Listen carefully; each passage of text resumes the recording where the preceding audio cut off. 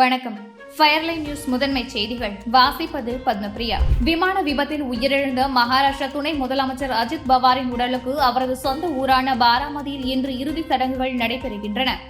அஜித் பவாரின் உயிரிழப்பு மகாராஷ்டிரா மக்களை பேரதிர்ச்சியில் ஆழ்த்தியுள்ளது.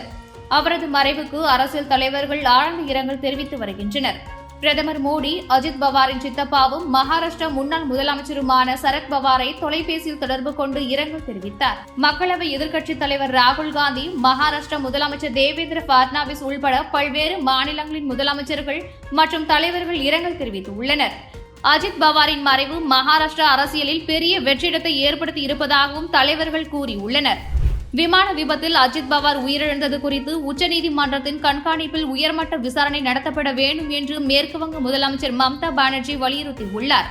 மறைவுக்கு இரங்கல் தெரிவித்துள்ள அவர், அஜித் பவார் அண்மை காலமாக ஆளும் கூட்டணியில் இருந்து விலகி மீண்டும் தனது பழைய கட்சியுடன் இணைய திட்டமிட்டிருந்ததாக தகவல் வெளியானதை சுட்டிக்காட்டியுள்ளார். இத்தகைய சூழலில் இந்த விபத்து நிகழ்ந்திருப்பது பல்வேறு சந்தேகங்களை எழுப்புகிறது என்று மம்தா குறிப்பிட்டுள்ளார். தற்போதுள்ள சூழலில் மத்திய விசாரணை அமைப்புகள் மீது நம்பிக்கை இல்லை என்பதால் உச்சநீதிமன்றத்தின் நேரடி மேற்பார்வையில் ஒரு சுதந்திரமான விசாரணை நடத்தப்பட்டால் மட்டுமே உண்மை வெளிவரும் என்று மம்தா பானர்ஜி கூறியுள்ளார். கோவையில் பாரா ஒலிம்பிக் பல் விளையாட்டு வளாகம் அமைப்பதற்கான நிர்வாக அனுமதி பெறப்பட்டுள்ளது. ஜீவா நகர் பகுதியில் உள் விளையாட்டு வளாகம் அமைக்கும் வகையில் 10 கோடி ரூபாய் மதிப்பீட்டில் சுமார் 1 ஏக்கர் பரப்பளவில் மாற்றுத்திறனாளி விளையாட்டு வீரர் மற்றும் வீராங்கனைகள் பங்கேற்கும் வகையில் உலகத்தரம் வாய்ந்த பாரா ஒலிம்பிக் பல் விளையாட்டு வளாகம் அமைப்பதற்கான நிர்வாக அனுமதி பெறப்பட்டுள்ளது. இந்த வளாகத்தில் உடற்பயிற்சி கூடம், ஆண் பெண் என இரு பாலருக்குமான தனித்தனியான இருப்பு அறைகள் மற்றும் கழிப்பறைகள், யோகா மையம், முதலுதவி சிகிச்சை மையம், பார்வையாளர்கள் அமரும் பகுதி, உணவுக்கூடம் உள்ளிட்ட பல்வேறு வசதிகளுடன் கூடிய சர்வதேச தரத்திலான விளையாட்டு வளாகம் அமையவிருக்கிறது. பாரா ஒலிம்பிக் விளையாட்டு வளாகம் அமைப்பதற்கான பணிகள் விரைவில் தொடங்கும் என மாநகராட்சி ஆணையர் சிவகுரு பிரபாகரன் தெரிவித்துள்ளார்.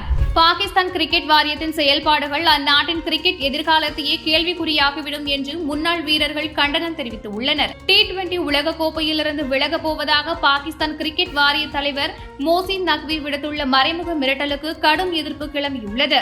இன்சாமாம் உல் ஹக், முகமது யூசுப், ஹாரூன் ரஷீத் உள்ளிட்ட எதிர்ப்பை பதிவு செய்துள்ளனர். ஒருவேளை பாகிஸ்தான் விலகினால் இந்தியா பாகிஸ்தான் இடையிலான உயர்மட்ட போட்டியும் ரத்தாகும் சூழல் உருவாகும். இது சர்வதேச அரங்கில் பாகிஸ்தானின் நற்பெயரை பாதிக்கும் என முன்னாள் வீரர்கள் கவலை தெரிவித்துள்ளனர். அமெரிக்காவை உலுக்கி எடுத்து வரும் பனிப்புயலுக்கு பலியானோர் எண்ணிக்கை 40ஐ கடந்துவிட்டது. சுமார் 2000 மைல்கள் நீளத்திற்கு பரவியுள்ள இந்த புயலால் பல மாநிலங்களில் இயல்பு வாழ்க்கை கடுமையாக பாதிக்கப்பட்டுள்ளது. போக்குவரத்து தடை, மின்சார துண்டிப்பு மற்றும் கடும் குளிர் காரணமாக லட்சக்கணக்கான மக்கள் வீடுகளுக்குள் முடங்கியுள்ளனர். டெக்சாஸ் முதல் நியூ இங்கிலாந்து வரை பரவியுள்ள இந்த புயலால் நாட்டின் பல பகுதிகளில் 20 அங்குலத்திற்கும் அதிகமான பனியை பொழிந்துள்ளது. குறிப்பாக நியூயார்க் மற்றும் மாசசூசெட்ஸ் போன்ற பகுதிகளில் பல ஆண்டுகளுக்கு பிறகு காணப்படாத அளவு மிக கடுமையான பனிப்பொழிவு பதிவாகியுள்ளது. சாலை எங்கும் படிந்துள்ள வழுக்கும் பனிக்கட்டிகள் வாகன ஓட்டிகளுக்கு பெரும் சவாலாக மாறியுள்ளன. இதனால் நூற்றுக்கணக்கான சாலை விபத்துகள் ஏற்பட்டுள்ளதாக அதிகாரிகள் தெரிவித்துள்ளனர். இத்துடன் இந்த செய்திகள் நிறைவடைகின்றன. வணக்கம்.